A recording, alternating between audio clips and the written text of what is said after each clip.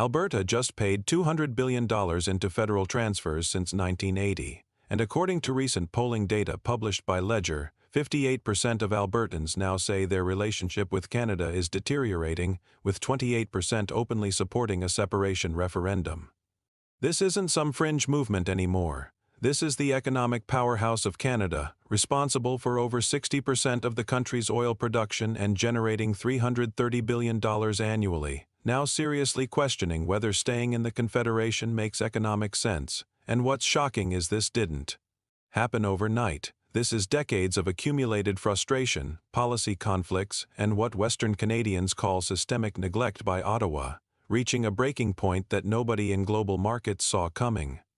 Over the next 15 minutes, I'll reveal the hidden economic tensions tearing Canada apart, show you the specific policy decisions that pushed Alberta and Saskatchewan to the edge, explain why this matters for North American energy markets and the US dollar, and analyze whether we're witnessing the early stages of Canada's breakup, or just aggressive political negotiation. Let's break it down. The fracture lines first appeared visibly after 2015 when Prime Minister Trudeau's government began implementing aggressive carbon policies and emission reduction plans. Now Alberta and Saskatchewan form the energy heartland of Canada. Alberta alone represents over 60% of Canadian oil production, and most of Canada's 3.8 million barrels per day in oil exports come from there. So every new environmental regulation felt like a direct attack on their economic foundation. And this was just the beginning of the rift. In 2020, for the first time in Canadian history, a major poll showed 25% of Albertans actively considering separation. That number jumped to over 30% by 2022 during the inflation crisis when Canada hit 8.1% inflation, the highest rate in 40 years. But here's what really escalated tensions in 2022. Alberta's government under Premier Danielle Smith passed the Alberta Sovereignty Act. This was the first official legislation explicitly stating Alberta has the right to refuse federal laws within its borders if they harm the provincial economy. This wasn't symbolic. This was a constitutional turning point, the first time since 1980 that Western Canada made such a bold political move, especially after Alberta alone contributed over $200 billion in net federal transfers between 1980 and 2023, and that's not equalization. Payments we're talking about. That's money flowing out federally far exceeding what returns to the province, one of the biggest sources of frustration. Now let me give you the economic context that makes this crisis real. In mid-2023, a Ledger poll showed 53% of Albertans view the federal government as fundamentally unfair to them, and 30% said they would vote for separation if a referendum happened. That's a massive number compared to historical baselines of 15 to 18%. We're talking about a structural shift in political sentiment, not a temporary reaction. In 2024, tensions exploded when the federal government proposed cutting emissions by 42% by 2030. For Western Canada, this meant strangling industries worth 10% of national GDP, because Alberta alone produces $330 billion in economic output, and Saskatchewan has the world's second-largest potash reserves plus massive uranium deposits. All of this gets hit by new environmental regulations. And by early 2025, a critical poll showed 58% of Albertans saying their relationship with Canada is actively deteriorating, and 28% demanding a separation referendum be put on the table. These are unprecedented numbers since Alberta's founding in 1905. But the economic pressures weren't just political. They were tangible and painful. Rents in Calgary and Edmonton jumped 14% in 1 year. Gasoline prices hit 70 Canadian dollars, electricity bills averaged $200 monthly, and Western residents watched Ottawa do nothing meaningful to support the province that basically finances the country.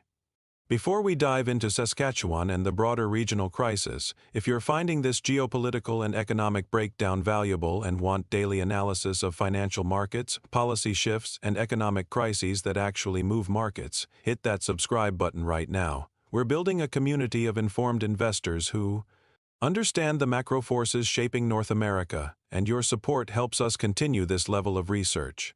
Now let's examine how this spread beyond Alberta. Saskatchewan entered the picture in a different but equally significant way. In 2024, an Environics poll showed 28% of Saskatchewan residents supporting separation or autonomous governance, and this is historically one of Canada's quietest, most politically stable provinces. The fact they reached these numbers means the anger became regional, not just local. Here's what pushed Saskatchewan. Over 55% of their trade goes directly south to the United States, making them incredibly dependent on cross-border commerce. When global grain prices fluctuated in 2024 due to drought across the prairies, thousands of farmers who rely on American buyers purchasing over $4 billion annually felt abandoned, and while they struggled, the federal government focused on environmental policies rather than production support, intensifying the feeling that provinces pay prices they didn't choose. In February 2025, Saskatchewan's provincial parliament discussed establishing an independent trade relations office with Washington for the first time ever. This was symbolic but created massive noise in Ottawa because it opened a door provinces never approached before.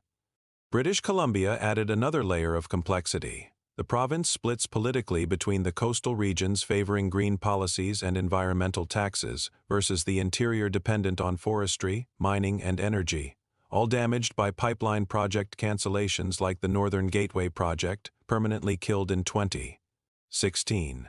That decision devastated regions like Prince George, Kamloops, and Dawson Creek, where people felt life-changing decisions were made in Vancouver and Ottawa without considering local costs. Reports published in 2024 showed BC's interior regions have the highest rates of small factory closures in a decade, and household income growth averages just 1% annually compared to 3.5% on the coast, creating an economic gap now reflecting in politics, with community groups demanding broader regional powers beyond federal influence.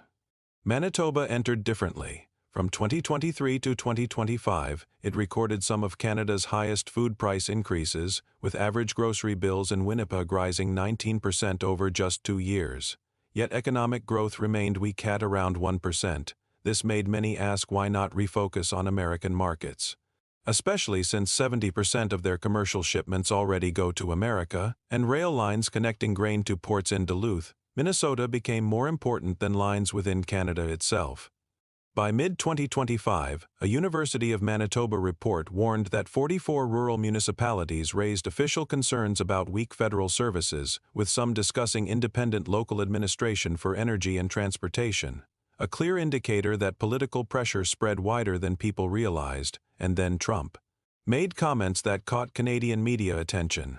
Speaking at a Detroit campaign rally, he said something that didn't go unnoticed. If Canada doesn't know how to exploit its resources, we know how to do it anytime you want. The statement was understood as electoral provocation, but in Canada it created huge noise because the West saw it as an indirect message, especially after the U.S. Senate in late 2024 approved expansions to energy pipelines between Montana and Alberta worth $2.6 billion. This showed America economically approaching the West more than Ottawa itself, and with increasing rhetoric, many Canadian newspapers like Financial Post and National Post began analyzing scenarios of redefining the relationship between the West and the Canadian Confederation for the first time. That's the language press uses when they see political escalation that might last. The West at this moment wasn't demanding exit. They were saying we're not continuing the old way, and that was enough to make Ottawa realize the era when Western provinces would complain and return is over. So let me bring this together. What we're witnessing isn't about Western Canada hating the country. It's about economic rationality colliding with federal policy. When a region contributes $200 billion net over for decades, produces 60% of national oil exports, holds critical mineral reserves, and feels systematically ignored, separation stops being radical and starts looking like a legitimate economic calculation. According to analysis from multiple Canadian think tanks, if Alberta alone separated, it would become one of the wealthiest per capita nations globally due to energy resources. Saskatchewan would control massive agricultural and uranium exports, and both could theoretically negotiate independent trade deals with the United States, their largest trading partner. But here's the counter-argument. Separation would be economically catastrophic in the short term. currency instability, trade disruption, infrastructure separation costs, pension system complications, and potential US trade retaliation if they see Canada destabilizing, not to mention Indigenous land rights disputes that could explode. So we have three possible scenarios moving forward. Scenario 1, 45% probability. Ottawa makes significant concessions, more provincial autonomy over resources, reduced environmental restrictions, reformed equalization formulas, and pipeline approvals. Western anger decreases, Confederation holds, but with a fundamentally different power balance. Scenario 2, 35% probability, continued deadlock and escalation. More sovereignty legislation, potential non-binding referendums, increased trade directly with US states bypassing Ottawa, creating a confederation in name only, technically united but functionally divided. Scenario 3, 20% probability, actual separation referendum in Alberta by 2027 or 2028. If it passes, Saskatchewan likely follows. Canada loses 30–40% of GDP, the Canadian dollar crashes, and North American geopolitics fundamentally restructure for investors and markets. This matters enormously. Canadian energy stocks, pipeline infrastructure, the Canadian dollar, US-Canada trade dynamics, and North American energy security all hinge on this crisis resolving or exploding. So here's my question for you, and I genuinely want your perspective in the comments. Do you see Western Canada's frustration as justified economic grievance or political theater? If you were advising Ottawa, what specific policies would you change? And for investors, are you positioning for Canadian stability or potential fracture? Let me know below. Let's have a real discussion about one of North America's most underreported economic crises.